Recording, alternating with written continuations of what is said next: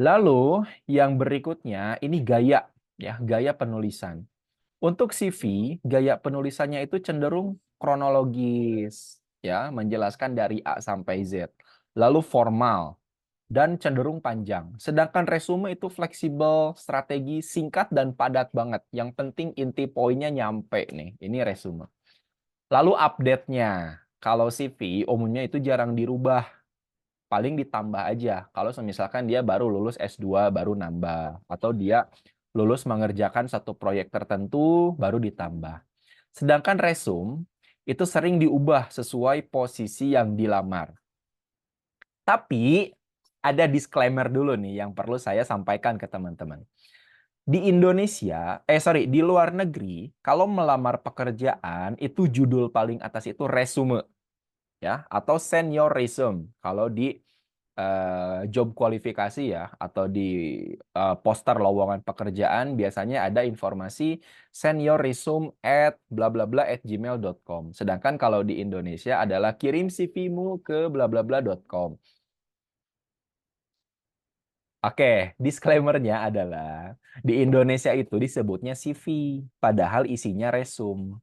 Ya, jadi kalian nggak perlu pusing CV atau resume. Intinya ini adalah dokumen untuk menarik perhatian HR agar memilih kamu. Mau itu CV, mau itu resume, sama-sama aja. Tapi karena di Indonesia itu umumnya disebut CV. Ya udah CV aja, walaupun isinya resume. Gitu, paham ya? Oke, saya harap teman-teman bisa paham dulu. Kayak ini first step nih. Ini langkah pertama. Antara CV atau resume, jangan sampai teman-teman bingung. Jangan sampai teman-teman nggak pede. Ini yang harus saya buat itu CV atau resume gitu. Ini balik lagi. Kalau di Indonesia, CV itu disebut resume itu disebut CV. Udah gitu aja lah. Kalian bikin resume tapi disebut judul CV. Udah gitu aja. Oke? Ini yang berlaku di Indonesia. Kalau kalian ngelamar ke perusahaan Singapura atau perusahaan Amerika, ya jelas beda namanya judulnya pasti resume. Oke, next ke halaman berikutnya, teman-teman. Nah, ini menjadi perdebatan juga, ya. Desain CV atau konten CV, mana yang lebih utama? Mengutamakan desain atau mengutamakan konten? Oke, ini ada keterangannya ya. Kita fokus ke sisi sebelah kiri dulu, teman-teman. Ini di bagian desain ya. Yang pertama, boleh berwarna kok CV itu, nggak harus putih polos. Boleh berwarna, boleh berdesain, boleh estetik, asal nggak berlebihan dan merusak esensi CV sebagai sumber informasi. Nah, ini perlu digarisbawahi ya. Esensi dari CV itu adalah sumber informasi kamu, bukan ajang untuk yang lain-lain lah ya. Ini intinya sumber informasi agar HR tahu tentang diri kamu. Yang berikutnya, estetik boleh nggak? Boleh banget. Terutama jika melamar di bidang kreatif. Kreatif tuh maksudnya teman-teman melamar sebagai konten kreator, melamar sebagai graphic designer, melamar sebagai arsitek, melamar sebagai sosial media, melamar sebagai video editor. Itu kan pekerjaan-pekerjaan kreatif ya. Nah, itu first impression-nya ada di desain CV kalau saya. Kemarin kita di perusahaan kami membuka lowongan pekerjaan untuk jabatan konten kreator. Yang pertama saya lihat itu bukan konten CV-nya justru, malah desain CV-nya. Ini desainnya kreatif nggak sih? Karena yang saya cari adalah orang yang kreatif dalam tanda kutip, karena dia akan mengisi jabatan kreatif. Yang berikutnya, tetap perhatikan layout CV agar tetap presisi. Layout tuh tata letak ya. Misalkan kalian meletakkan foto di mana, meletakkan summary di mana, meletakkan apa? Pengalaman pekerjaan di mana, pendidikan di mana, itu layout namanya. Nah, diusahakan layout ini lurus, guys. Jadi jangan bengkok-bengkok kayak gitu. Pakai smart design lah ya. Hampir di semua platform sekarang ada kan ya. Jadi diusahakan semuanya lurus presisi, jadi enak dilihatnya, nggak bengkok-bengkok, nggak acak-acakan. atau ada spasi yang terlalu banyak gitu, atau spasi enter yang terlalu tinggi ya, jadi nggak enak dilihat. Dan yang berikutnya, yang terakhir, formatnya itu tetap PDF dan ATS. Nah, nanti kita bahas ATS ya. Lalu yang berikutnya, nah ini yang konten CV, guys. Konten CV yang pertama fokus pada isi, bukan tampilan, ya. Fokusnya pada isi, bukan tampilan.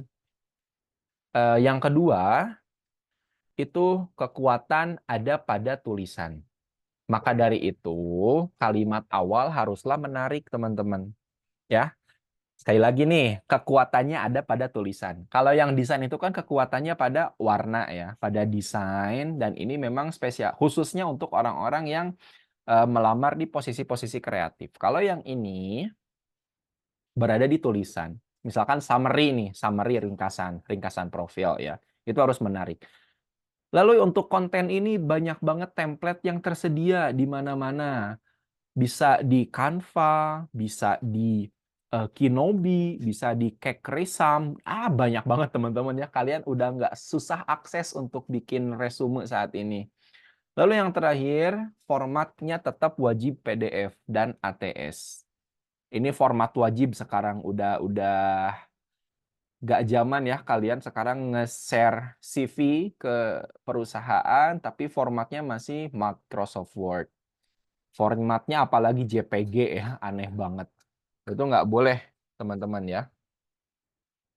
Udah maksudnya udah nggak zaman gitu. Udah bapuk lah bahasanya. Udah nggak bisa. Oke guys, sebentar ya.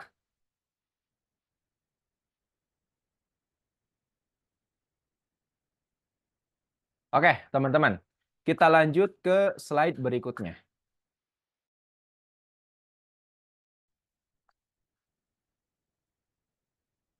Oke, teman-teman. HR itu bisa nangis ya. HR itu bisa nangis kalau CV kamu tuh kayak gini nih. Ini relate banget ya. Soalnya saya HR juga. Beberapa tim saya juga kadang suka ngeluh. Kalau CV-nya itu terlampau panjang. Yang pertama ya.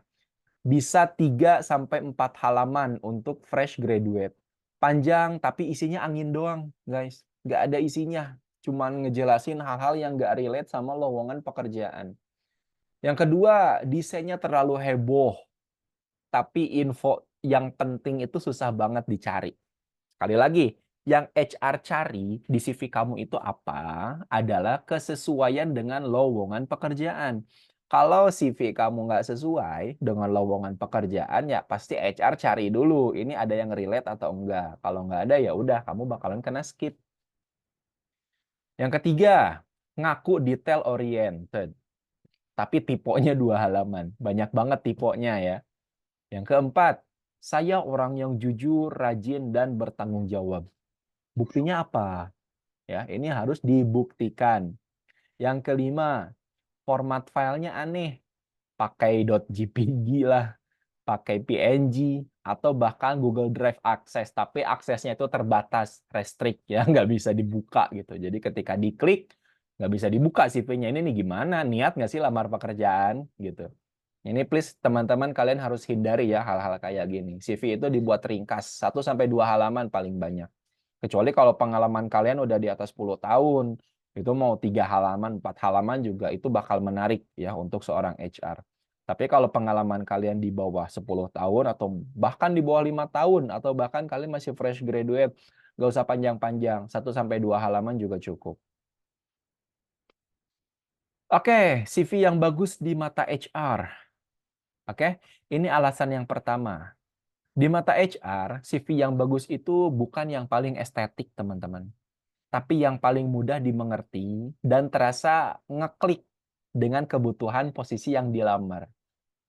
Alasan yang kedua, karena harus ngeklik nih dengan kebutuhan posisi yang dilamar, effortnya memang agak-agak high effort, teman-teman. Tapi ya itulah namanya ikhtiar. So, baiknya beda perusahaan mesti disesuaikan lagi CV-nya, ya. Balik lagi ke definisi resume yang tadi. Resume itu kan sering diubah sesuai dengan kebutuhan yang ada di perusahaan. Ya, sesuai dengan kebutuhan lowongan pekerjaan.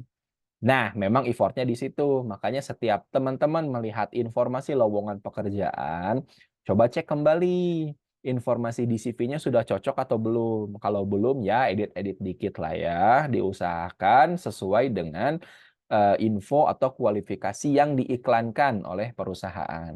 Effortnya memang di situ, guys. Ya, kalian jangan pernah ada perasaan, aduh capek gua mesti edit-edit CV. Ya memang effortnya di situ. Oke, guys. Ada sedikit role play ya. Role play-nya itu nanti langsung kita lihat ke contoh. Oke. Jadi ini ada macam-macam kolom yang hadir di dalam resume. Ada apa saja sih kolomnya? Kita sepakati nyebutnya resume ya, bukan CV. Yang pertama, ini wajib nama, kontak, dan identitas. Identitas minimal memuat alamat. Lebih bagus kalau identitas itu kalian melampirkan akun LinkedIn. Itu lebih bagus lagi. Yang keduanya, ini ada summary atau ringkasan kalian. Ringkasan kalian di dalam CV itu diringkas ke dalam 5-10 paragraf. Yang berikutnya adalah keahlian. Lalu yang berikutnya lagi ada kolom riwayat pelatihan. Ya, berikutnya lagi ini ada pengalaman kerja, magang, atau pengalaman organisasi, atau pengalaman project. Lalu foto profesional look. Ini warnanya berbeda karena ini menjadi perdebatan. Ada banyak pertanyaan, bagusnya CV itu pakai foto atau enggak sih? Nah, ini saya cerita dikit ya. Kalau di Indonesia, teman-teman, umumnya resume itu menggunakan foto. Karena apa? Karena di Indonesia ini masih minim sekali diskriminasi. Dalam tanda kutip ya, masih minim. Berbeda dengan di luar negeri, seperti Amerika. Kenapa resume yang American format itu nggak pakai foto profil? Karena di Amerika itu dulu ya, di kisaran tahun 2010 ke bawah lah, itu masih tinggi banget angka diskriminasi. Misalkan dari HR-nya, ini dilihat dulu warna kulitnya apa, dilihat dulu rasnya apa, walaupun namanya itu nama yang American banget, tapi dilihat warna kulit, dilihat rasnya, apakah ras Asia atau ras Afrika, ya, rasis banget gitu. Nah, maka dari itu pemerintah Amerika, ya, Department of Labor Amerika itu membuat kebijakan untuk resume itu tidak boleh pakai foto. Jadi kalau kalian buat CV pakai American format pasti nggak ada fotonya. Tapi bukan berarti dilarang. Di Amerika pakai foto boleh, tetap dibolehkan. Begitupun juga di Indonesia. Di Indonesia kan kadang ada orang yang nggak pede juga ya menggunakan foto gitu, mencantumkan foto di dokumen resumnya. Itu sebetulnya boleh nggak? Ya sah-sah aja sebetulnya nggak masalah. Tapi kalau kalian menambahkan foto, itu dirasa lebih ada impression gitu. Jadi ngeliat HR-nya, oh ini ada fotonya gitu, is oke. Namun fotonya dengan syarat harus bagus, harus profesional. Yang terakhir ini ada kolom pendidikan. Ini nggak perlu ditanya ya. Karena nanti dijelaskan satu-satu untuk role ini. Oke, yang pertama, teman-teman.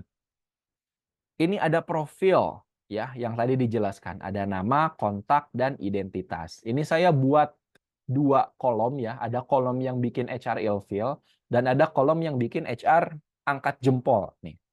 Contoh yang bikin ilfeel, Ruslan Hidayat pakai gelar, pakai sertifikasi.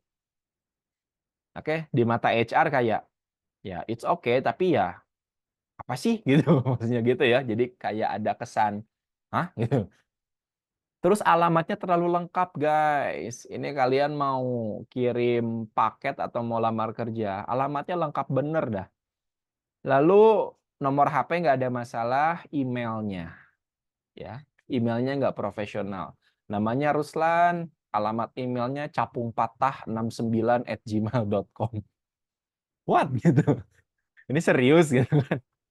Nah, ini yang bagus, cukup nama saja, nggak perlu pakai gelar, ya. Kecuali kalau memang kalian melamar menjadi dosen, atau kalian melamar ke jabatan-jabatan atau instansi resmi pemerintah. Kalian boleh pakai gelar ini atau pakai gelar sertifikasi. Kalau semisalkan untuk di pekerjaan di perusahaan, ya baiknya nggak usah ya.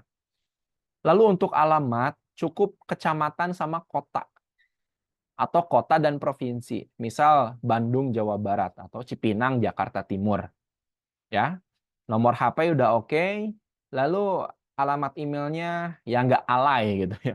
Nggak alay, profesional lah alamat emailnya. Kayak gini kan ya look profesional lah ya. Karena nama cuma dibalik terus ada nomor. Karena kan sekarang untuk pembuatan Gmail diwajibkan ada nomor ya. Gini ya teman-teman, ini yang bagus lah minimal. Better. Oke, ini untuk profil. Yang berikutnya, ini ada summary guys, atau ringkasan profil. Oke, karena pasti ada kan summary ya, atau bio, atau ringkasan. Nah, yang bikin HR ilfeel adalah tidak menunjukkan keunggulan, tidak menunjukkan keahlian, dan minat. Nggak ada nih rumus ini. Lalu yang bagus itu adalah summary yang memiliki hook nih. Hook yang harus dimengerti HR di detik pertama, di 6 detik pertama. Rumusnya memuat keunggulan, keahlian, dan minat. Ya, ini rumus nih. Rumusnya ada keunggulan, ada keahlian, dan juga ada minat. Oke, dan ini adalah hook-nya atau first impression atau pandangan pertama HR ngelihat kamu itu dari CV adalah di 6 detik pertama. So, pastikan summary itu menggunakan bahasa yang mudah dimengerti ya guys ya, atau menunjukkan value, menunjukkan keahlian, dan menunjukkan minat kalian. Jangan sampai kalian ngawur sampai menceritakan hobi di sana. Nggak perlu. Oke? Nggak perlu kalian menceritakan hobi di sana.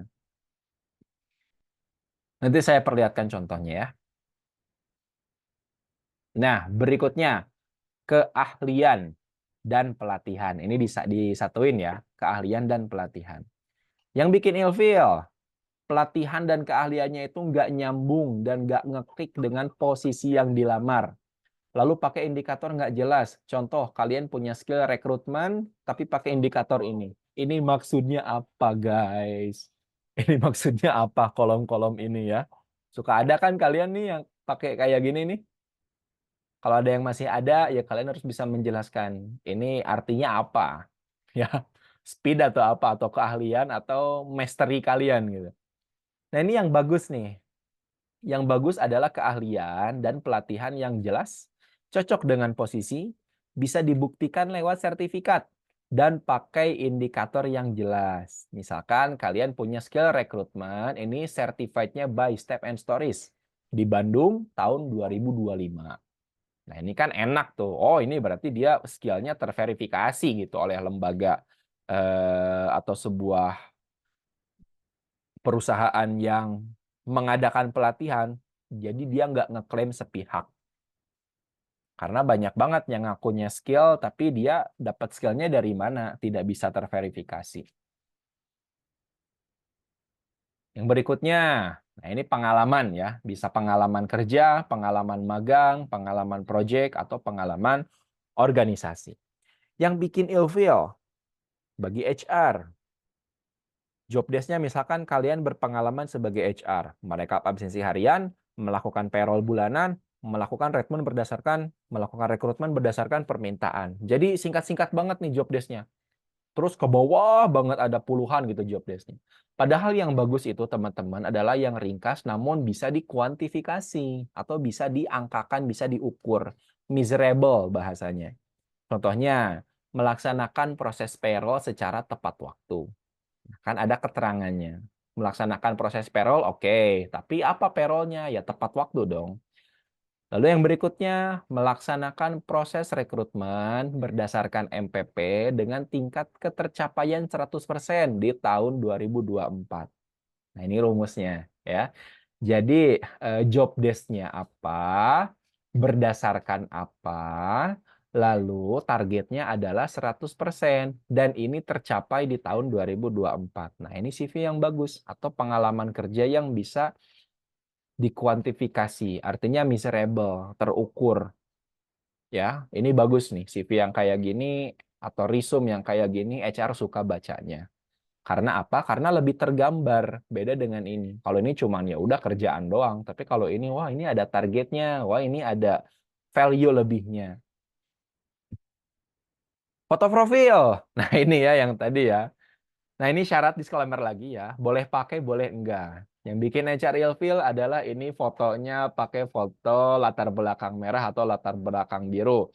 Entah ini foto bekas ijazah atau foto bekas kalian bikin KTP atau foto kalian apa nih ya. Ini fotonya banyak banget ya. Pasti di antara teman-teman semua saya yakin 80% masih pakai foto yang begini. Oke. Yang bagus itu ya kalian bikin foto modelan gini aja teman-teman. Ini saya juga foto pakai HP ya. Saya cuma minta latar belakang di wallpaper gini ya, wallpaper yang nggak bagus-bagus amat sebetulnya. Lalu saya tinggal pakai bergaya gini. Ya udah foto itu, foto cekrek udah gitu. Ini foto-foto yang minimal look profesional ya. Walaupun ya nggak bagus-bagus amat, tapi seenggaknya beda dengan foto yang ini. Ini untuk foto profil ya. Atau untuk foto profil ini kan sekarang ada tools AI ya. Banyak teman-teman tools AI. Kalian bisa pakai tools AI-nya. Nah, yang terakhir adalah pendidikan. Oke, pendidikan. Ini salah nulis ya. Jadi pendidikan itu HR ilfeel. Kalau kalian nulis dari TK atau dari SD. Semuanya ditulis tuh. TK-nya lulusan mana, SD-nya, SMP-nya, SMA-nya, dan lain sebagainya. Kalau yang bagus itu, teman-teman, cukup pendidikan terakhir aja. Misal, Universitas Indonesia tahun sekian, jurusan apa, fakultas apa, IPK-nya berapa. Udah cukup gitu aja pendidikan terakhir. Kalian nggak perlu nulis dari SD. Nah, ini ada contoh ya, teman-teman. Contoh CV yang jelek kayak gimana? Nah, kayak gini. Ini kita fokus ke sebelah kiri dulu ya. Ini CV saya pertama kali tahun 2017 pada saat saya lulus kuliah. Bayangin, nggak punya mentor, lulus kuliah langsung lamar kerja ya, nggak sharing, nggak apa. Kalian bisa lihat deh CV-nya, semenjijikan apa CV saya dulu ya. Dari gestur fotonya, aduh kacau banget ya ini. Gestur fotonya kacau. Ini logo apa ini? Logonya. Terus ini pakai judul ya, judulnya kurikulum vitae. Nama, pakai tempat tanggal lahir, alamatnya kayak mau kirim paket nih ini. Lalu ini summary-nya guys, pria berstatus lajang. So what? Gitu, what? Who care teman-teman? Siapa yang peduli ya? Ada tinggi badan, ada berat badan, who cares gitu dengan semua ini ya. Ini CV saya pertama kali teman-teman. Lalu kontak pribadi, ada nomor handphone, email ini dari saya, email dari dulu ya, nggak berubah. Kalau nomor handphone udah berubah. Lalu riwayat pendidikan, saya juga dulu sempat teman-teman nulis pendidikan itu dari SD. SD, SMP, SMA, lalu ke pendidikan terakhir ya, kuliah. Lalu pengalaman organisasi. Nah, ini karena saya kan ini fresh graduate ya, belum kerja ya. Tapi pengalaman kerja saya tulis dari SMA, staf administrasi, bla bla bla dan lain sebagainya. Saya dulu pernah kerja di SLB, guys.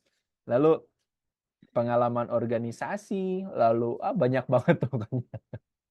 Ini CV saya pertama kali. Lalu saya juga nyimpen indikator yang nggak jelas ini, indikator Microsoft Office, apa ini istilahnya ratingnya bintang 4 ya. Atau public speaking bintang 4.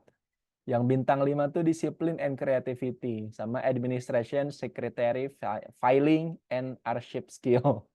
Ini luar biasa, cukup menjijikan ya CV saya di pertama kali lulus, sama ada motif-motif apa ini nggak jelas banget ya. Ini saya temuin arsip ini teman-teman dan ketika saya ngelihatnya, aduh ini ya bersyukur lah ya. Kalau kata bahasa Sundanya ya uyuhan gitu teman-teman. Oke, nah ini CV saya yang sekarang ya. Ini belum update, ini terakhir saya update 2023 kalau nggak salah. Jadi udah lama banget karena selama itu saya nggak ada niatan lagi buat mencari pekerjaan baru ya atau mencari project baru, nggak cukup. Jadi belum saya update lagi ya untuk CV-nya. Nah, ini untuk summary teman-teman. Selama 7 tahun, artinya pengalaman. Saya telah berperan aktif di dunia HR dan GA dengan fokus pada pengembangan SDM dan pelayanan umum. Kita bahas summary dulu ya. Yang selaras dengan tujuan-tujuan bisnis perusahaan. Ini saya ngomongin hal administratif, service, dan juga strategik di sini. Ini value saya. Lalu berbekal sertifikasi HR Manager dari LSP MSDM BNSP tahun 2022. Nah, ini value bahwa saya HR yang sudah tersertifikasi. Artinya skill saya sudah diakui oleh negara, teman-teman. Saya juga berkomitmen untuk menciptakan lingkungan kerja yang suportif, produktif, dan inklusif. Nah, ini janji saya kepada perusahaan yang akan saya lamar. Gitu. Nah, ini value atau formula yang saya pakai di summary. Yang berikutnya foto. Ini foto seenggaknya look profesional, teman-teman. Karena foto yang tadi ya, yang foto profil tadi itu saya foto tahun 2024, ini foto tahun 2019 kalau nggak salah. Jadi ini foto lama, ya saya pakai, saya edit dikit, seenggaknya ya look profesional sedikit lah, better ketimbang ini gesturnya jelek banget.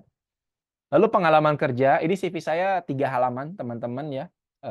Panjang namun ringkas. Namun ini sekali lagi belum update ya CV-nya, masih CV lama.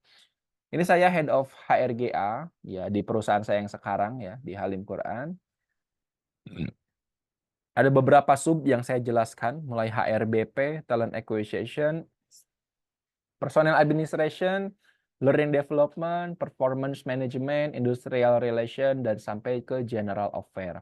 Nah, berikutnya baru ke pendidikan, ke pengalaman kerja sebelumnya, dan lain sebagainya. Nah, ini selintas ya tentang perbedaan CV saya di 2 generasi berbeda. Ini ketika saya fresh graduate dengan, sekali lagi ya, ini lihat warna-warnanya teman-teman nggak jelas banget. Motivasinya nggak tahu buat apa ya, warna-warna. Kalau ini ada warna-warni, tapi ya fokusnya kepada konten ya. Kalau ini fokus ke apa ya? Fokus desain enggak, fokus konten juga enggak gitu. Ya wajar ini ketika saya fresh graduate. Nah, saya nggak mau teman-teman ngalamin kayak saya begini, guys.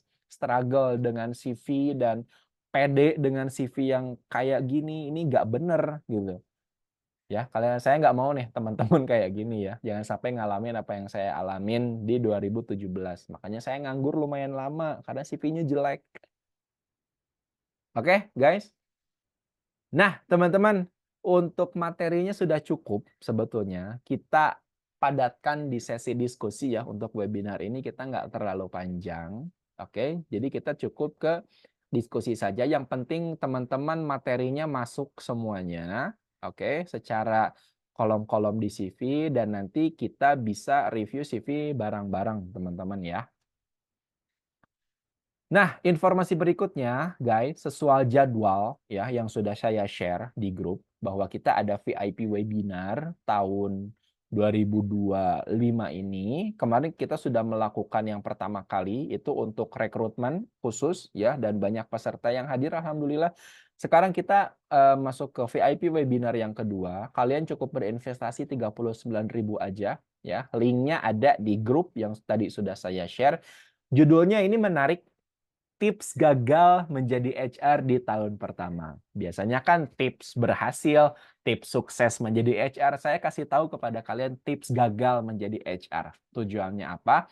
Agar kalian berhati-hati ketika nanti kalian menjadi HR, kalian nggak salah langkah melakukan perubahan, nggak salah langkah menerapkan aturan, nggak salah langkah langsung main SP-SP-in orang.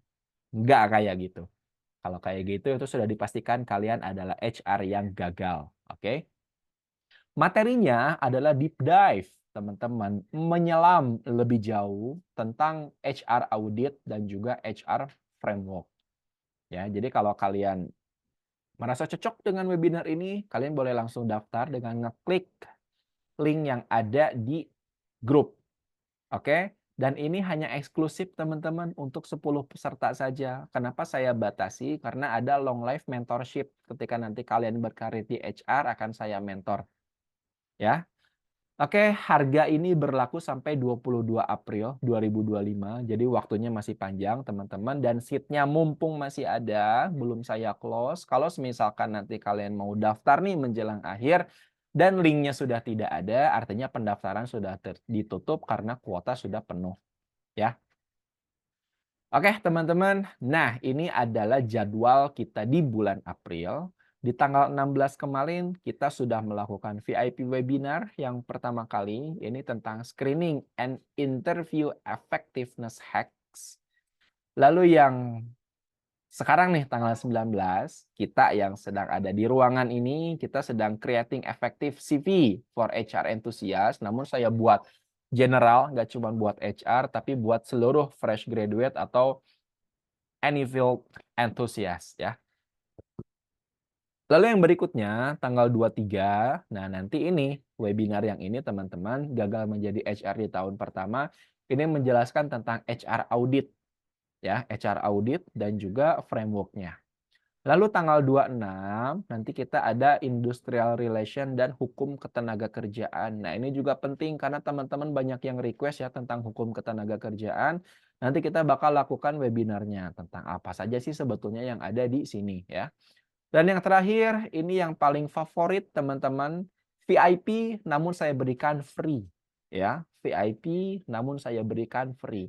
Apa yang akan kita bahas adalah tentang N-nya Microsoft Excel di era sekarang.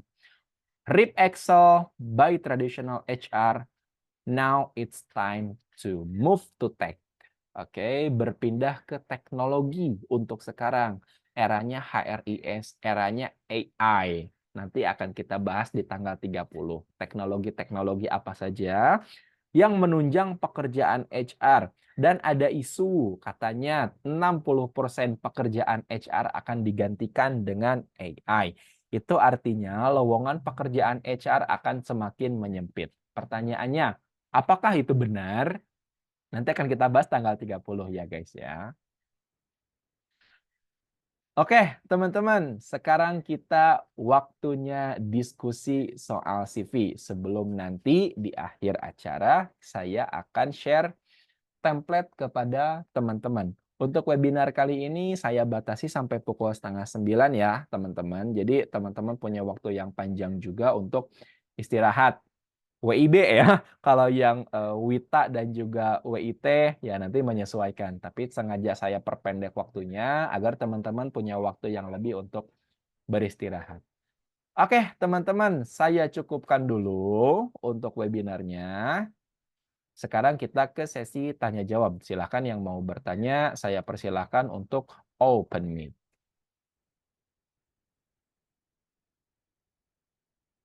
Boleh, silakan ada yang mau raise hand.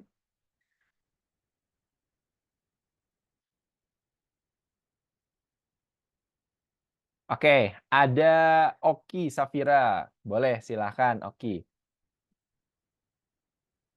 Kalau suara saya kedengeran nggak? Kedengeran, Mbak? Boleh. Ini sebenarnya beda out of the topic sih, nggak apa-apa ya Pak. Boleh, boleh, boleh. Itu kemarin kan yang sebelum webinar ini tuh ada webinar yang terakhir itu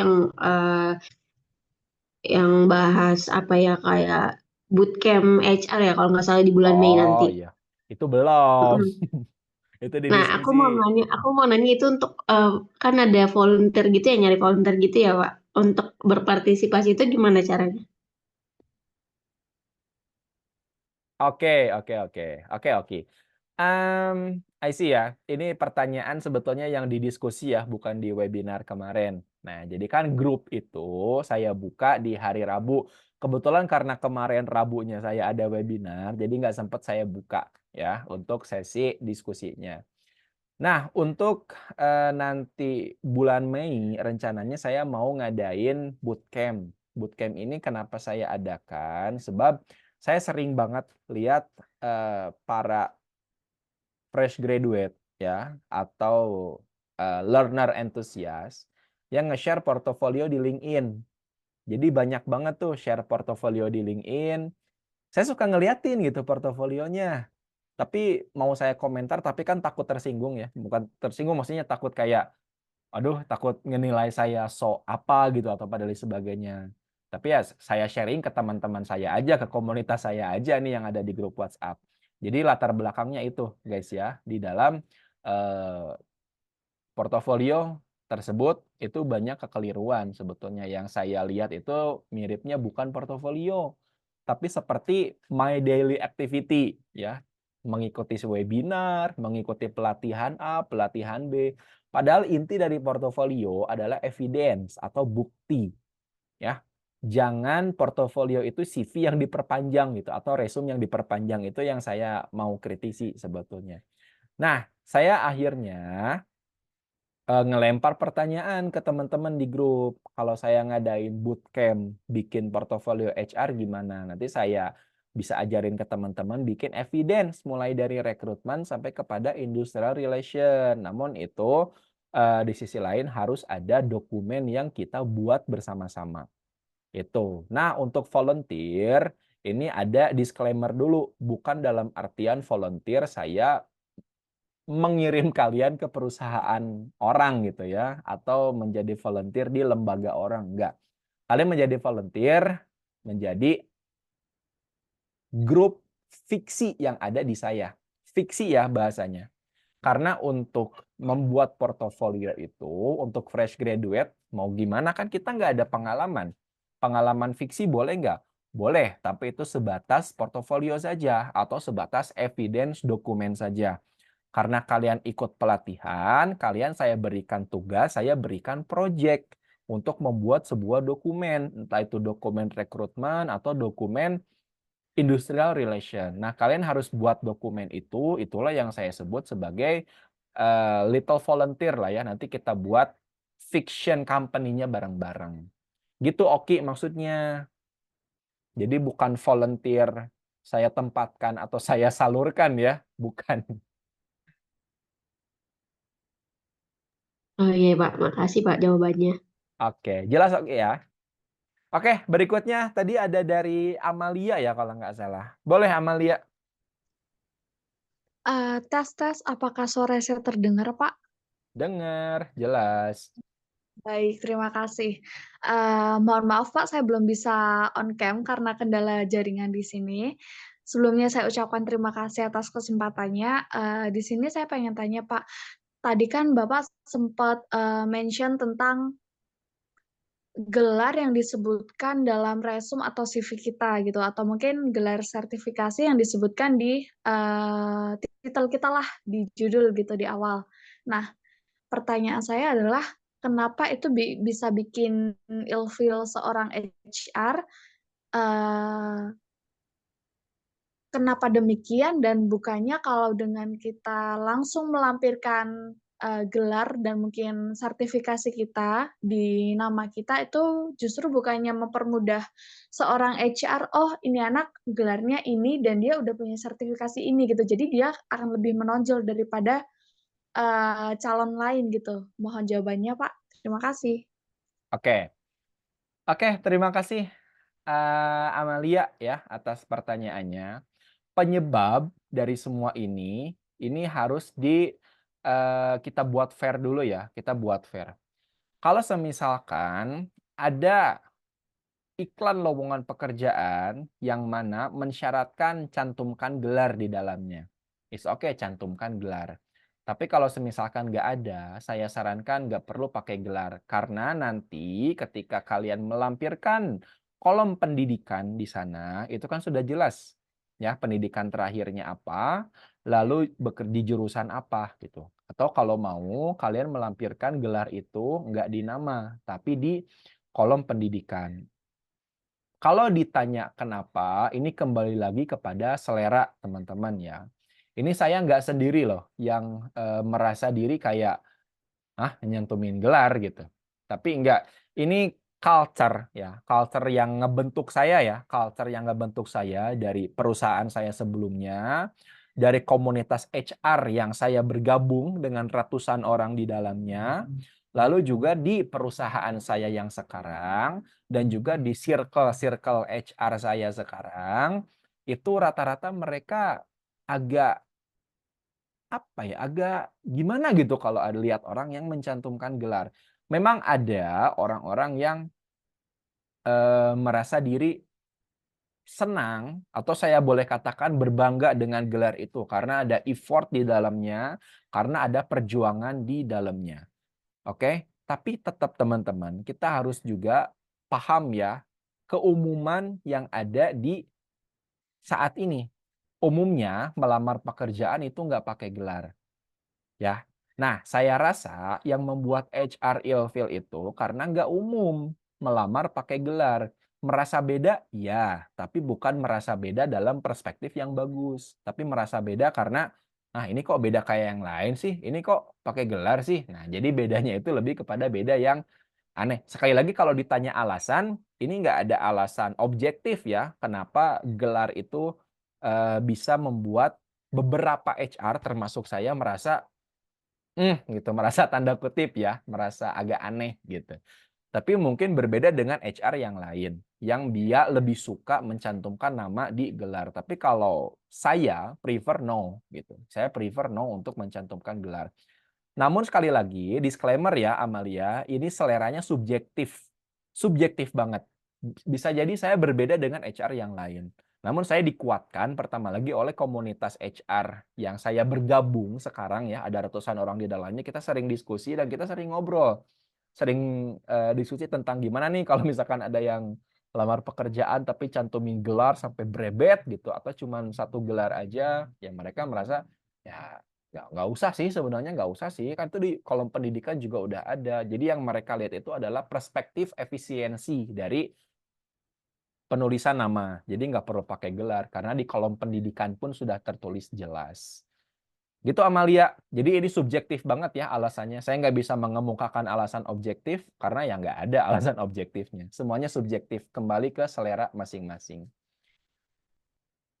Baik Pak Ruslan, izin follow up lagi pertanyaan saya. Berarti Boleh? itu nanti, misal kita sudah melakukan sertifikasi, baiknya gelar sertifikasi itu nanti dimasukkan di kolom sendiri ya, sertifikat atau kursus gitu mungkin ya Pak ya?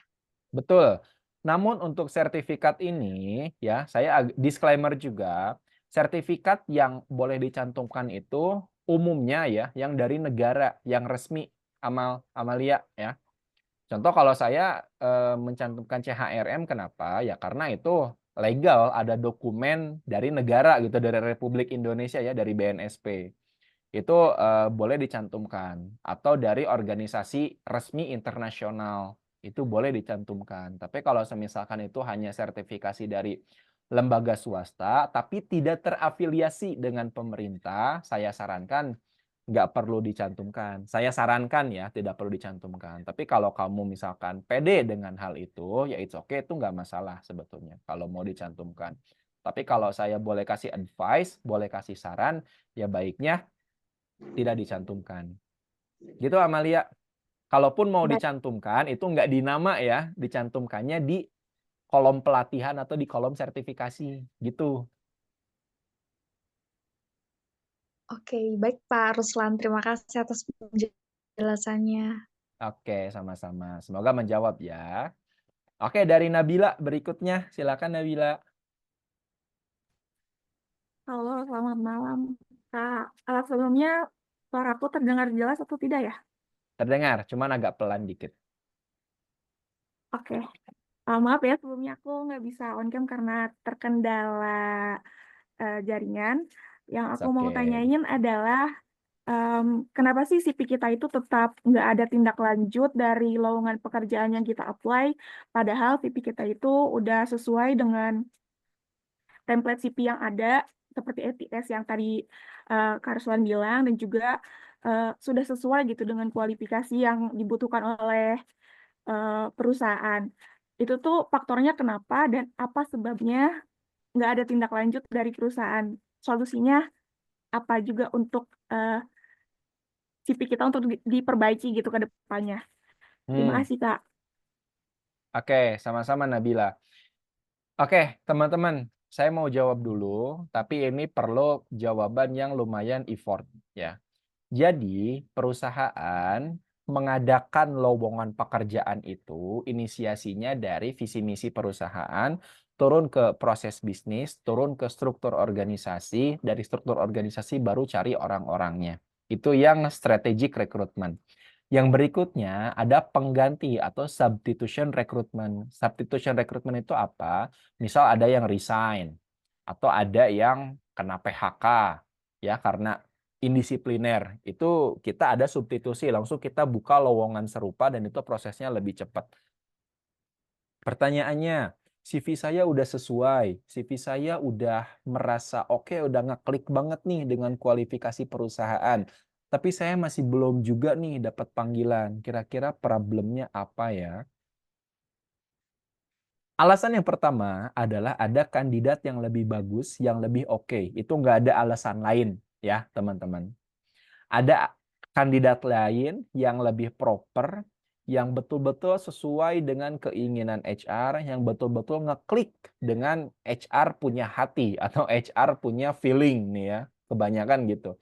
Oh ini bagus nih gitu. Ada pertimbangan-pertimbangan lain yang mana pertimbangan itu teman-teman didasarkan pada alasan kenapa lowongan pekerjaan ini diadakan. Misal, substitusinya yang kemarin resign itu adalah laki-laki.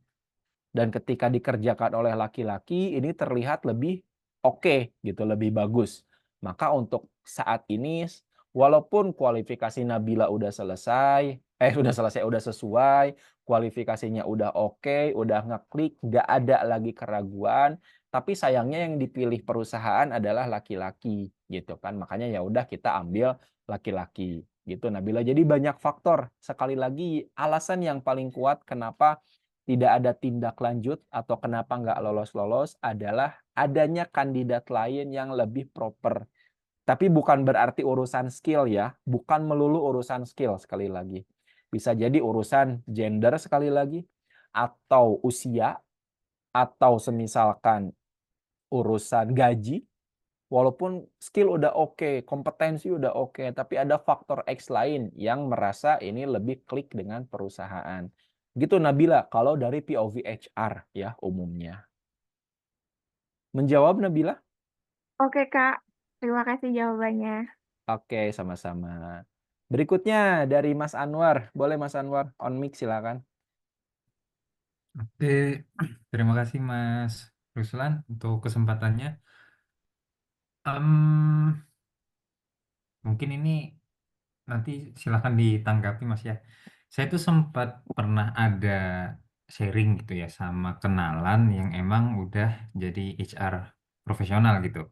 Hmm, Terkait CV ini dia tuh bilang sebenarnya eh, HR atau perusahaan itu eh, terkait format CV dia atau mereka itu punya kayak dua preferensi gitu, yang ATS sama yang satunya tadi tuh Mas, yang eh, desain.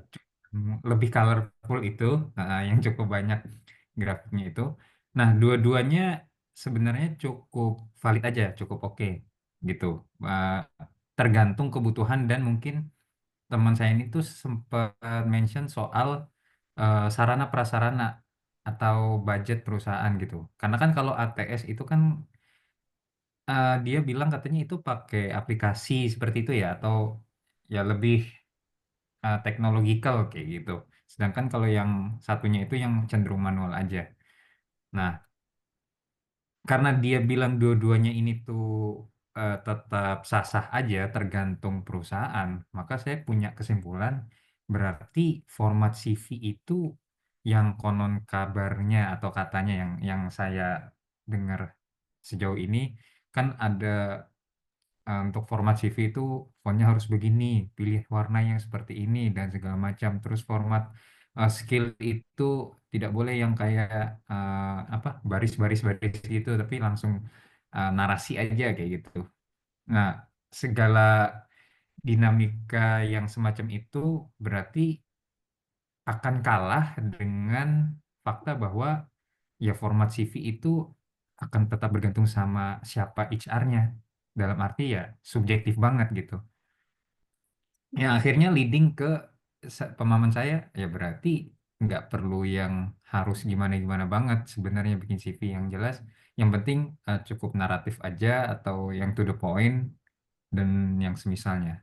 Gimana Mas tanggapannya Mas? Semoga Oke, kebayang ya maksud saya ya. kebayang Mas Anwar. Ini tadi udah saya jelaskan sebetulnya di awal ya, antara desain CV dengan konten CV. Dan kembali lagi ini ke masalah selera. Betul, betul banget. Yang pertama saya jelaskan dulu dari ATS ya, ATS. Saya jelaskan dari format CV-nya terlebih dahulu. Kenapa format saat ini umumnya ATS itu menjadi syarat ya atau menjadi format keumuman. Ya ini mungkin kalau bisa saya bicarakan ya ini balik lagi kepada tren. Tren saat ini adalah tren untuk ATS ya. Tergantung apakah itu penggunaannya mau pakai teknologi ATS, pakai HRIS atau tetap screening manual. Tapi untuk format tetap itu bisa dibaca ATS. Contoh, ATS itu bisa pakai Jobstreet ya untuk sekarang atau pakai Glints. Ketika saya membuka lowongan pekerjaan di Jobstreet, itu ada kan tuh posting satu lowongan, ribuan lamaran masuk.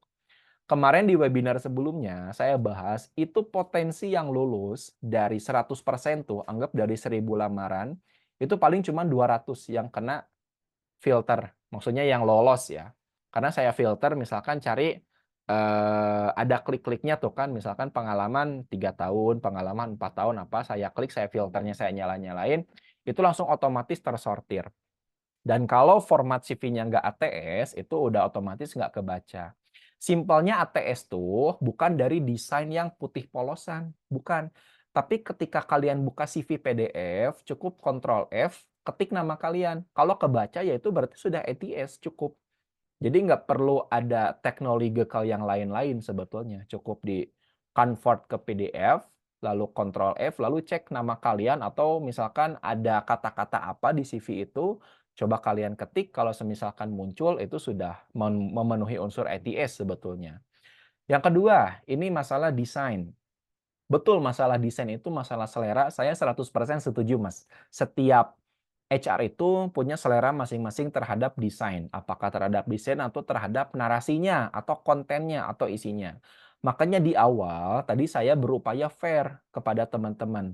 Kalau teman-teman melamarnya ke bidang kreatif, dalam artian menjadi konten kreator, menjadi seorang copywriter, video editor, graphic designer, atau desainer yang lain, upayakan tonjolkan sisi kreatif kalian di dalam CV dengan desain yang estetik atau dengan format CV yang colorful namun tetap rapih gitu. Jadi menonjolkan sisi kreatif tapi ada sisi kedisiplinan juga. Seenggaknya kan itu ada impression, first impression dari HR. Wah, ini saya buka lowongan konten kreator, CV-nya bagus gitu, kreatif, menunjukkan bahwa dia tuh orang yang high effort gitu. Ada effort terhadap pekerjaan-pekerjaan kreatif. Tapi kalau teman-teman melamar di pekerjaan-pekerjaan yang sifatnya administratif atau teknikal, itu cukup polosan juga nggak masalah. Jadi nggak perlu menunjukkan sisi kreatif di sana. Gitu Mas ya, untuk yang format dan juga di desain. Apakah harus menonjolkan naratif dan lain sebagainya, itu kembali lagi kepada kebutuhannya. Namun saya sarankan apabila ada bukti-bukti lain yang perlu dilampirkan, sekarang kan CV sudah modern ya, CV sudah modern, bisa ada istilah yang namanya hyperlink lah. Kalian udah nggak asing dengan istilah hyperlink.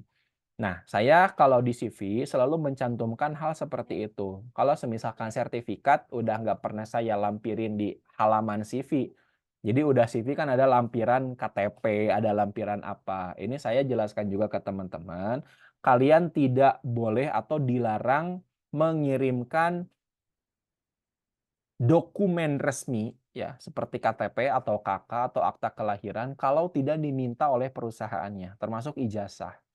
Kalau perlu kalian cukup cantumkan di link saja ya. Di link misalkan sertifikat, kalau saya prefer cuma sertifikat keahlian. Sertifikat misalkan rekrutmen, ada sertifikatnya. Nah, itu si tulisan rekrutmennya bisa diklik kena hyperlink nanti langsung keluar ke Google Drive-nya. Sekali lagi Mas Anwar, saya setuju banget ini urusan selera ya. Kembali lagi kita nggak bisa membatah banyak perbedaan banget dari HR itu. Namun saya sebagai HR berupaya fair berupaya fair. Kalau semisalkan formatnya sudah memenuhi ATS, saya pakai buat filter itu. Yang kedua, kalau semisalkan belum ada teknologi, saya juga berusaha fair kepada teman-teman yang menonjolkan sisi narasi doang atau sisi kontennya doang gitu. Kecuali memang kalau lamarannya di industri kreatif. Nah, itu diupayakan kandidat juga menonjolkan sisi kreatifnya di dokumen lamaran pekerjaan atau CV atau resume-nya. Gitu Mas Anwar. Ada lagi yang perlu diskusikan nggak Mas? Oke, cukup Mas. Lumayan dapat insight tadi yang soal Ctrl F di ATS itu baru tahu juga saya soalnya. Nah, itu sebetulnya Nah, basic banget kalau ITS. iya, Jadi, iya, iya. Heeh. terus cara buatnya apakah harus pakai aplikasi? Enggak. Sebetulnya kalian pakai di Microsoft Word pun bisa. Oh iya, Microsoft iya. Word, cuman save-nya save PDF itu udah cukup ITS kok gitu. Udah ITS Iya. friendly ya maksudnya. Heeh. Nggak perlu pakai website khusus atau bayar kalian ke orang buat CV ITS. No guys, that's very simple gitu. Nggak perlu kalian ngeluarin uang sebetulnya buat bikin CV ITS gitu. Nggak. Oh iya, satu lagi Mas. Hmm. Eh, Mungkin saya emang agak terlewat tadi ya. Satu lagi soal ini, penggunaan foto. Itu Hmm. seberapa krusial ya? Atau bahkan Oke. nggak penting-penting amat gitu. Oke. Foto profil. Oke. Di Indonesia masih debatable, Mas, untuk foto ini. Kalau di Amerika itu umumnya sudah tidak mencantumkan. Atau di luar negeri ya, perusahaan-perusahaan yang sifatnya internasional, itu mereka sudah tidak mensyaratkan foto profil. Tapi di Indonesia, ini kita kembali lagi ya, di Indonesia. Ada HR yang fair, ada HR yang memang, ya begitulah ya, nggak perlu saya jelaskan. Kadang ngelihat terutama buat lowongan pekerjaan yang berhadapan dengan konsumen langsung. Ya, konsumen langsung biasanya itu mensyaratkan ada foto profil bagusnya. Contoh jadi kasir, jadi pramuniaga, jadi customer service, teller bank, atau CS di bank, dan lain sebagainya yang langsung berhadapan dengan customer. Saran saya memang mencantumkan foto. Ya, karena apa? Pasti akan dilihat good looking dan lain sebagainya. Tapi sekali lagi ini urusannya subjektif ya, teman-teman, nggak objektif. Jadi subjektif banget. Tapi kalau teman-teman melamar di pekerjaan yang di belakang layar, dalam artian tidak berhubungan langsung dengan customer, kalau saya pribadi ya nggak masalah, nggak mencantumkan foto pun nggak masalah. Karena yang saya lihat adalah pengalaman kerjanya, atau pendidikannya, atau effort kalian ketika pengalaman organisasi atau dan lain sebagainya. Gitu, jadi masih debatable ya, debatable. Sampai saat ini yang bisa menentukan pentingnya pakai foto profil atau tidak adalah pemerintah dengan aturannya. Misalkan pemerintah mengeluarkan peraturan baru tentang ketenagakerjaan mengenai penggunaan foto profil di dalam CV atau resume. Ketentuannya dilarang atau tidak. Nah, di sana. Yang keduanya diperbolehkan dengan syarat untuk pekerjaan ABCD. Gitu. Itu udah jelas. Tapi karena di Indonesia belum ada aturan spesifik yang mengatur foto profil, jadi masih debatable. Jadi ini saya serahkan kepada teman-teman sebagai pelamar. Mau pakai ya is oke silakan. Mau enggak pun saya enggak mempermasalahkan. Namun saya sarankan untuk kalian yang melamar ke pekerjaan yang berhubungan langsung face to face dengan konsumen atau dengan pelanggan, saya sarankan untuk mencantumkan foto profil. Gitu, Mas Anwar. Oke, cukup Mas. Terima kasih. Oke, sama-sama Mas Anwar. Semoga menjawab ya. Sip. Oke, teman-teman, ada pertanyaan terakhir ini dari Nazwa nih, Nazwa Rizky Rahma. Mohon maaf nggak bisa on mic katanya. Oke, nggak apa-apa. Jadi saya masih mencari minat kerja yang saya tuju antara HR, sekretaris, dan saya sudah belajar juga untuk buat CV. Saya memasuki pengalaman dari SMA hingga organisasi di kampus. Dan pengalaman tersebut mungkin relevan dengan tujuan karir yang saya inginkan. Mau nanya apakah pengalaman saat SMA dimasukkan atau hanya pengalaman organisasi kegiatan saat kuliah ya Pak? Mohon arahannya. Boleh-boleh aja memasukkan pengalaman kegiatan ya, pengalaman kegiatan atau pengalaman ketika kalian di SMA dengan syarat memang itu relevan ya, menunjukkan minat kamu gitu, menunjukkan minat kamu di bidang tersebut. Namun biasanya yang HR lihat itu adalah pengalaman di tahun terdekat. Nah, ini kalau dari POV HR ya, pengalaman dari tahun terdekat. Misalkan kamu pendidikan terakhirnya S1 atau D3 atau di pendidikan tinggi lah ya, yang akan HR lebih highlight itu, yang menjadi highlight HR adalah pengalaman organisasi terakhir. Apa yang kamu lakukan terakhir kali gitu. Walaupun umumnya di pengalaman SMA bagus, tapi kalau di pengalaman organisasi terakhir karirnya menurun, misal di SMA ketua OSIS, di kuliah cuman mentok ketua bidang, itu kan jadi pertanyaan, kok karirnya menurun gitu. Menurun atau memang gak mampu bersaing atau gimana, biasanya gitu umumnya. Jadi diusahakan tetap kalian punya jiwa kompetitif. Jadi nggak apa-apa dimasukkan dari SMA pun nggak masalah, selama itu tetap relate dengan apa yang dilamar gitu. Gitu ya Nazwa. Terakhir ini dari Kang Lutfi Jakaria. Mau trik and tips pembuatan resume dengan kondisi kita switch karir dari pengalaman pekerjaan sebelumnya. Poin apa yang bisa membuat HR tertarik dengan kita? Minimal dari resume agar bisa ke tahap interview. Switch karirnya nggak jauh, teknologi juga. Oke, kalau switch karir itu umumnya menonjolkan sisi sejauh mana effort kita mengikuti pelatihan atau sertifikasi di karir tersebut. Banyak teman-teman saya, Kang Lutfi, yang dia switch karir ya dari HR menjadi data analis buat saat ini nih di komunitas HR yang saya ikuti ya. Banyak yang hijrah menjadi data analis karena dinilai lebih seksi nih secara salary, secara benefit dan lain sebagainya. Di HR juga ada sebetulnya bidang analis namanya people analytics dan banyak juga beberapa HR yang hijrah ke sana karena dinilai itu lebih relate dengan keadaan saat ini yang apa-apa semuanya pakai data gitu. Nah, ketika saya ngobrol dengan teman-teman saya, ketika nanya tips and triknya, itu lebih ditonjolkan sisi effort di bidang pelatihan dan juga keahliannya. Contoh memang pengalamannya kalau nggak beda jauh itu diuntungkan. Pengalaman tetap di-highlight, cuma nanti diperkuat di summary-nya. Misalkan minatnya itu untuk switch karir, didukung dengan sertifikasi dari apa gitu, atau sertifikasi yang bagus lah ya, atau keahlian apa, lalu didukung lagi, dikuatkan lagi nanti di kolom pelatihannya. Di kolom pelatihan itu lebih menjelaskan apa yang sudah dijelaskan di summary. Misalkan mau switch karir di teknologi, dari HR menjadi people analytic. Misalkan people analytic certified by apa, atau data analyst certified by apa. Kalau perlu grade-nya ditelusin, nilainya berapa kalian. Lalu cantumkan juga, kuatkan di portofolio. Gitu satu-satunya cara ya buat switch karir. Untuk tips and triknya, yang pertama kuatkan di summary, lalu kuatkan di riwayat pelatihan gitu. Jadi lebih ditonjolkan sisi kalian effort untuk switch karir tersebut melalui edukasi atau pelatihannya. Gitu Kang Lutfi Jakaria, sukses selalu. BTW dia sepupu saya guys. Oke, terima kasih teman-teman atas waktunya. Saya mau ngasih bonus kepada kalian tentang template CV. Ini yang template CV-nya nggak saya bilang bagus, tapi ini cukup lumayan buat kalian bisa coret-coret ya.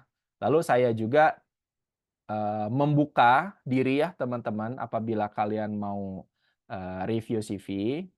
Ada yang eksklusif dan ada yang basic. Kalau yang basic saya buka free, tapi kalau eksklusif itu ada berbayar ya teman-teman. Kalian bisa cek nanti di link yang saya kirimkan di grup. Oke, wait, saya cari dulu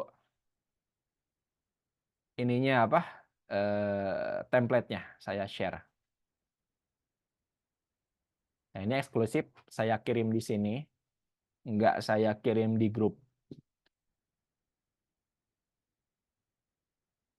Nah, Untuk CV-nya saya buat di Canva, teman-teman. Jadi teman-teman silahkan klik, kalian bisa akses untuk CV-nya dan bisa nanti bertambah. Kalau bertambah nanti bisa saya share ya di grup untuk link CV yang terbaru. Tentunya nanti saya buat lebih variatif lagi.